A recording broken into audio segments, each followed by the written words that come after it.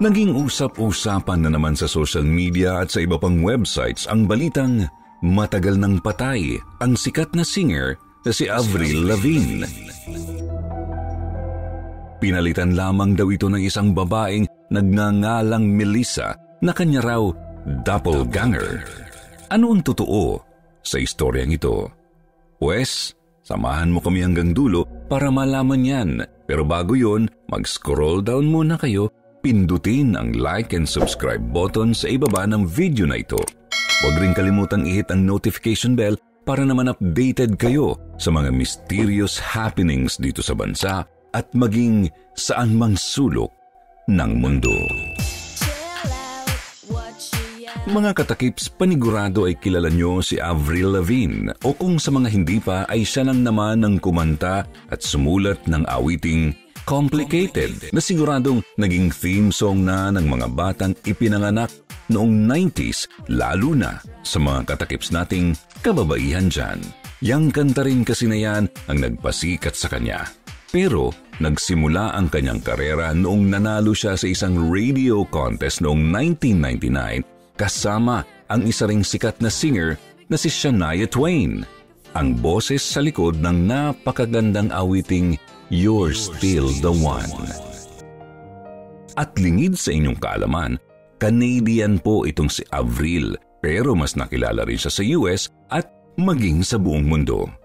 Sa katunayan, ang single nga niyang Complicated ay naging number 2 sa US noong inilabas niya ito noong 2002. Isa rin yan sa may pinakamaraming benta sa buong dekada ng 2000. Kasali ito sa mga kanta niya sa album niyang Let Go noong taon ring yun. Pero sa kabila ng kanyang kasikatan noong mga panahong iyan at habang nagsisimula pa lamang ang kanyang karera, tila ba napansin ng mga fans na may kakaiba sa ikinikilos ni Avril at nahihirapan daw ito dahil sa kanyang pagiging famous.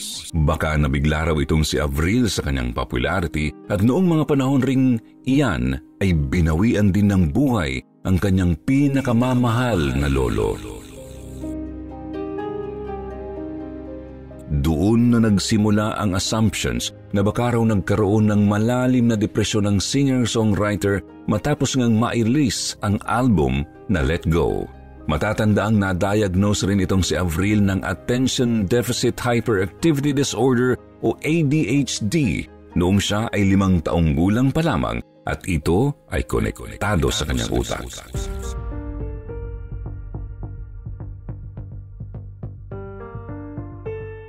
Tanging music nga ang nagpapakalma sa kanya mula rito pero malinaw na mayroon din talaga siyang tendency na magka-depression dahil nga sa disorder na yun. Yun na rin ang naging mitsa ng Avril Lavigne replacement conspiracy theory na napag-usapan lamang noong 2011 kung saan may nag-trending na isang Brazilian blog na pinamagatang Avril Está Morta o kung sa Ingles ay Avril is Dead. Doon nga nagsimulang sumikat ito sa internet hanggang sa may isang Twitter thread noong May 2017 na mas lalo pang umani ng opinyon at hinaing patungkol sa teorya.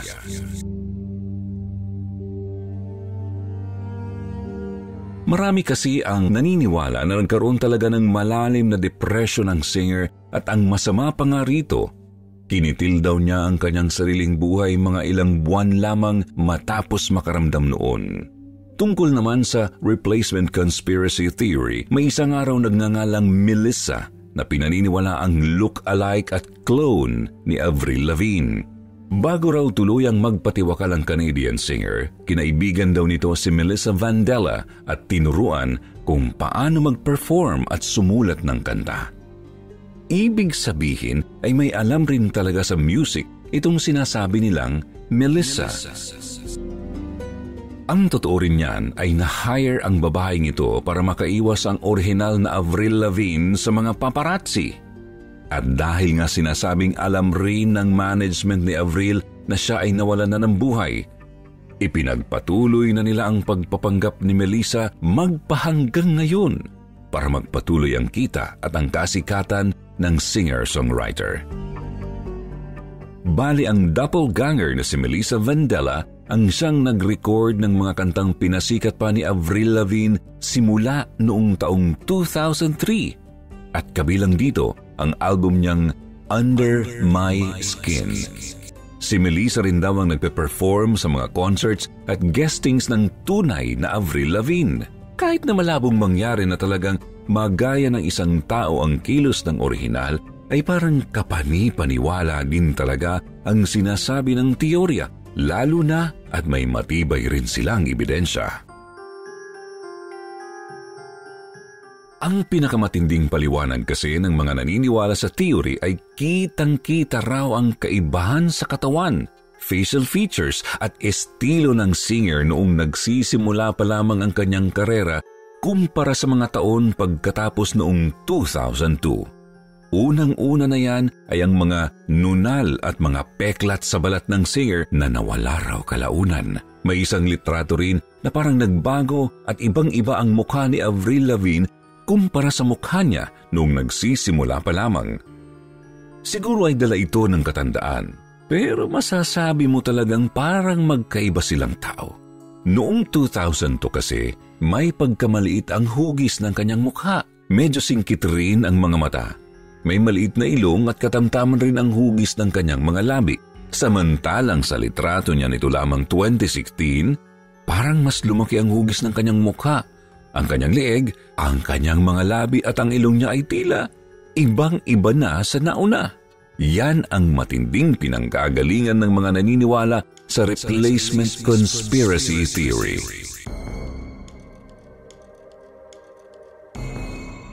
Dagdag pa nila ang estilo raw ng pananabit ng orihinal na Avril Lavigne ay nakapokus lamang sa mga trousers, samantalang ang pinaniniwalaan nilang si Melissa Vandella ay mahilig raw sa palda at mga dress na nakita nila sa mga red carpet photos nito. Hindi yan makakaila sa mga fans ng sikat na singer, kaya inusisa talaga nilang maigi kung paanong peke na raw ang Avril Lavigne na nabubuhay ngayon. Kabilang rin sa ebidensya nila ay yung isang beses na nakita nilang nakasulat sa kamay ni Avril Lavigne ang pangalang Melissa. Pero gaya ng ibang musical theory, ginamit rin ng mga fans ang mga lyrics, booklet at promotional pictures ng mga kanta ni Avril Lavigne na inilabas niya sa mga album na Under My Skin noong 2004. Ito ay sa mga kantang My Happy Ending, Nobody's Home, As I Slipped Away, kung saan may lyrics nga na The day you slipped away was the day I found it won't be the same.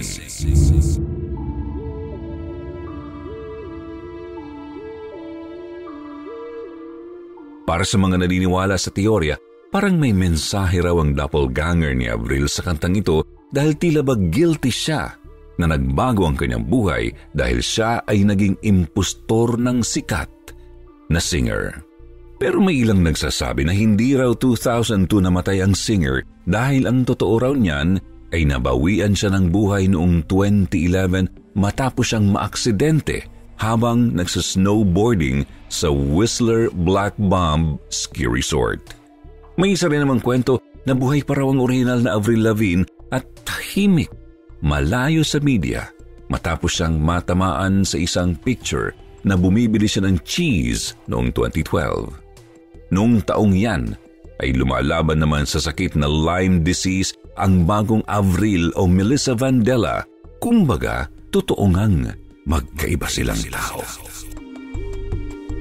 Pero mariing pinabulaanan niya ng Avril Lavigne ngayon dahil sinabi niyang buhay siya at wala siyang clone o doppelganger o kung anumang kilalang Melissa Vandella. Nauna niya itong narinig noong tanungin siya mismo sa isang interview sa Brazilian TV show na Panico na band noon siya ay may tour. Tinanong siya kung totoo ngang siya ay isang clone lamang at namatay na ang original na Avril. Pero tinawanan niya lamang ito at sinagot na siya raw si Avril Lavigne at hindi raw siya namatay. Sa isa ring Facebook Live at ganito rin ang sinabi niya matapos siyang tanungin ng isang fan. Naririto raw siya at kailanman ay hindi totoong pumanaw na siya. Marami pang taon na paulit-ulit siyang tinatanong noong 2018, 2019 at 2022. Sinasabi lamang ni Avril Lavigne na napaka-weirdo raw ng rumor na yon dahil sinasabing may pumalit daw sa kanya.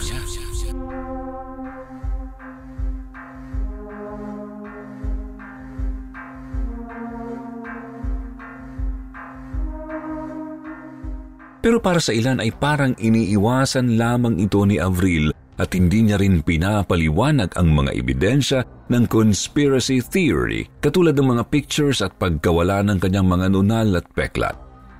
Sabi ng marami, madali lang namang sabihin coincidence lamang ito. Pero sa huli, nasagot rin ang lahat noong magpaliwanag ang mismong nag-post ng blog at sinabing wala raw katotohanan ang sinasabi niyang patay na si Avril Lavigne. Ang puntirya daw lamang niya ay kung paniniwalaan nga ba ang mga conspiracy theory at nagtagumpay siya dahil marami ang naniwala dito.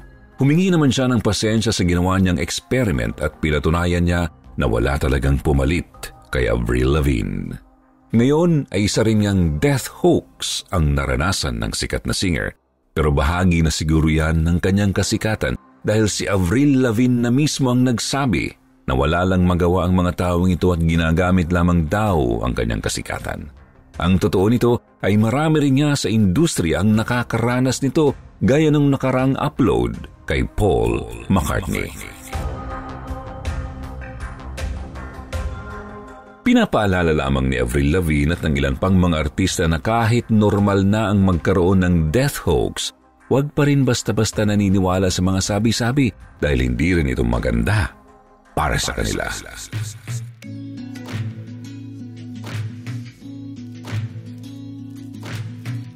Pero kayo ba mga katakips, napaniwala rin ba kayo ng mga ganitong istorya? Ano ang inyong masasabi sa theory? Paano kung binayaran lamang ang blogger para itanggi ang ginawa niyang theory? Ano sa tingin niyo mga katakips? Pag-usapan natin yan mga katakips. Pero hanggang dito na lamang muna. More power sa ating lahat dito sa Takip Silim True Mystery Stories.